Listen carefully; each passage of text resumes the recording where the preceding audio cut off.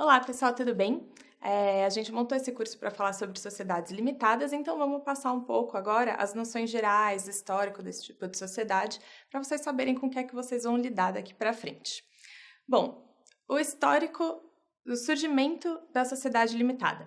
Muita gente discute sobre se elas surgiram na Alemanha ou na Inglaterra, porque na Inglaterra aconteceu como se fosse uma interpretação diferente das sociedades anônimas, e aí simplificaram as sociedades anônimas, fizeram continuava sendo sociedade anônima, mas fizeram uma forma um pouco simplificada, começaram a chamar de sociedade de responsabilidade limitada.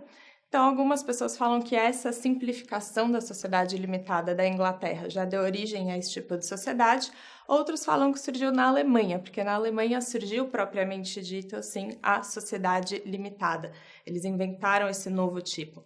Então, tem aí uma discussão sobre se surgiu na Alemanha ou na Inglaterra. O fato é que ela surgiu como uma forma intermediária entre a sociedade de pessoas e as sociedades anônimas. Você tinha a sociedade anônima, que era um tipo mais complexo, que requeria uma quantidade maior de burocracias, assim, de atos, de tudo, e tinha a sociedade de pessoas, que era uma sociedade muito mais simples, mas que tinha responsabilidade limitada e solidária dos sócios. Então, ela surgiu como uma forma intermediária de ser justamente aí um meio de campo, ser uma sociedade que não tenha tantas formalidades, não seja tão complexa, mas que proteja os sócios, atribuindo-lhes uma responsabilidade limitada. Aqui no Brasil, a primeira vez que a gente teve uma sociedade limitada foi em 1919, quando um decreto admitiu a criação da chamada sociedade por cotas. Depois disso, ela foi disciplinada realmente no Código Civil de 2002. Então, tem uma seção específica lá no Código Civil sobre as sociedades anônimas. E elas hoje podem ser ou sociedade de pessoas ou de capital, a depender do seu objeto social. O que exatamente é sociedade de pessoa ou sociedade de capital? A de pessoa é aquela que depende mais da união, desse vínculo que você tem entre os sócios. Então, os sócios eles exercem atividades preponderantemente intelectuais. Então, uma sociedade, por exemplo, de médicos, eles dependem de um vínculo maior entre eles. Porque se você tem um atrito ali entre um e outro, pode ser que não dê certo, que você tenha que desfazer essa sociedade. A de capital, ela é visada mais na atividade, no lucro. Então, eu não tenho que ter um relacionamento muito próximo, um vínculo tão grande com o meu sócio, porque o nosso objetivo é justamente o desenvolvimento da nossa atividade e o lucro. Então, a limitada, ela admite esses dois tipos, de pessoa ou de capital. Aqui eu coloquei para vocês algumas estatísticas, para vocês verem quanto por cento a gente tem hoje em dia de cada tipo societário. Se vocês forem ver, a sociedade empresária limitada é o segundo tipo que a gente mais tem no Brasil. Perde só para os empresários individuais. Porque empresário individual, hoje a gente tem essa onda da pejotização que falam, né? Que contratam só as pessoas como PJ. Muita empresa faz isso com contrato de prestação de serviço. Para evitar os custos trabalhistas, tudo acabam contratando como PJ. Então, os empresários individuais, assim, disparado lá na frente. Depois tem as sociedades limitadas, empresárias limitadas. Porque as simples limitadas, vocês vão ver que cai lá para baixo. Então, eu tenho 27,84% de sociedades empresárias e 1,93% de sociedades simples. E aí eu quis colocar, eu achei interessante também, o das sociedades anônimas. Olha também que é muito menor, é incrivelmente menor o número de sociedades anônimas que a gente tem quando comparado às sociedades empresárias. Por que eu quis colocar isso? Porque tem muita gente que acha que essas grandes empresas são sempre sociedades anônimas, e não são. Tem muitas empresas muito grandes hoje em dia que são limitadas. O Google, a Coca-Cola, a Nike, o Face.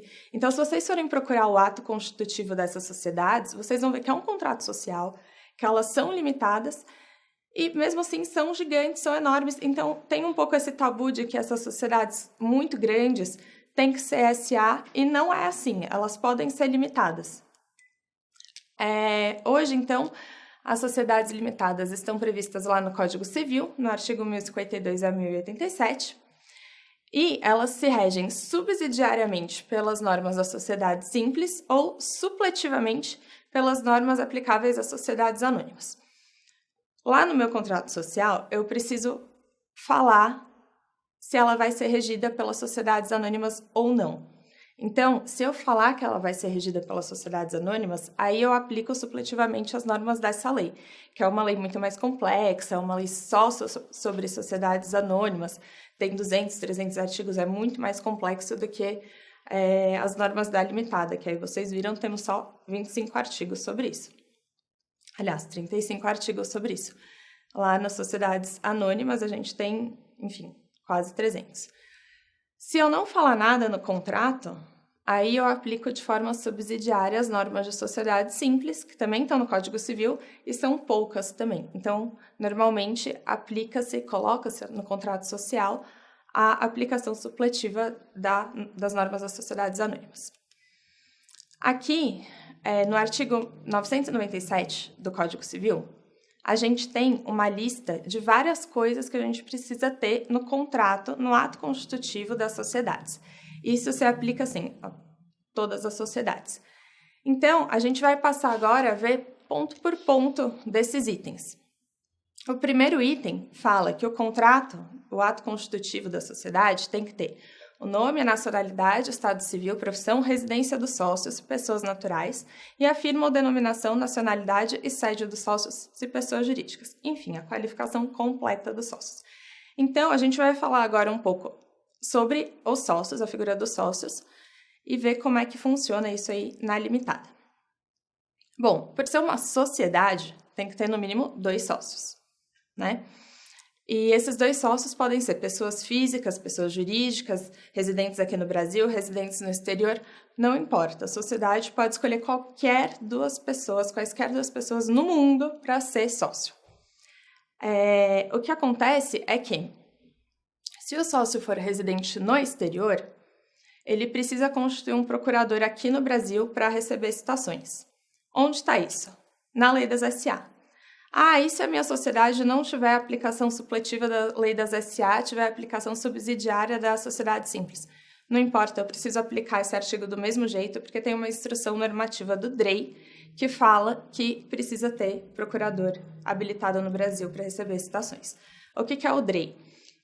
A gente vai falar dele um pouco mais para frente em outra aula, mas o DREI é o Departamento de Registro Empresarial e Integração, é um órgão, uma autarquia federal, que regula a atividade das juntas comerciais, estabelece diretrizes para que essas juntas possam atuar de uma forma uniforme e coloca também os documentos que devem ser exigidos por cada uma das juntas na hora de registrar determinados atos. Então, tanto essa normativa do DREI quanto o artigo da lei das SA fala que tem que ter um procurador aqui no Brasil para receber citações. Por quê? Eu tenho um sócio lá no exterior. Ok, eu tenho a qualificação dele, eu coloquei tudo lá no preâmbulo do meu contrato. Coloquei a sede, coloquei onde ele fica, coloquei o nome, enfim, tudo. Se eu tiver algum problema algum dia com essa sociedade brasileira e eu tiver que citar esse sócio, imagina eu citar um sócio lá no exterior, num país tipo, imagina que seja um sócio da Arábia Saudita. Como é que eu vou citar o cara lá na Arábia Saudita? Fica muito complicado.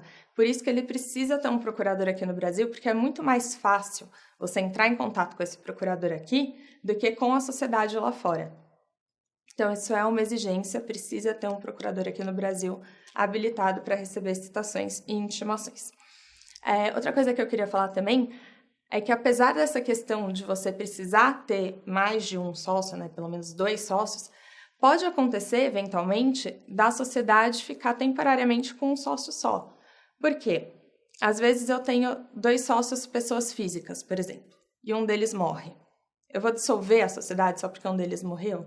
Não, eu vou deixar a sociedade temporariamente com um sócio só, enquanto essa pessoa arranja um outro sócio ou pensa se vai querer transformar a sociedade em uma EIRELI. Enfim, vai pensar aí no que fazer para que essa sociedade continue.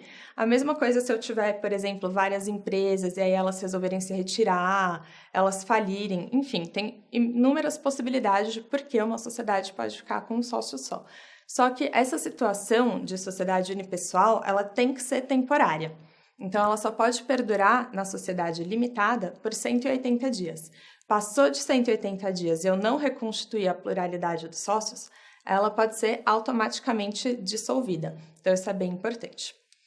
Bom, gente, por essa aula é isso. A gente vai ver mais características aí nas outras aulas.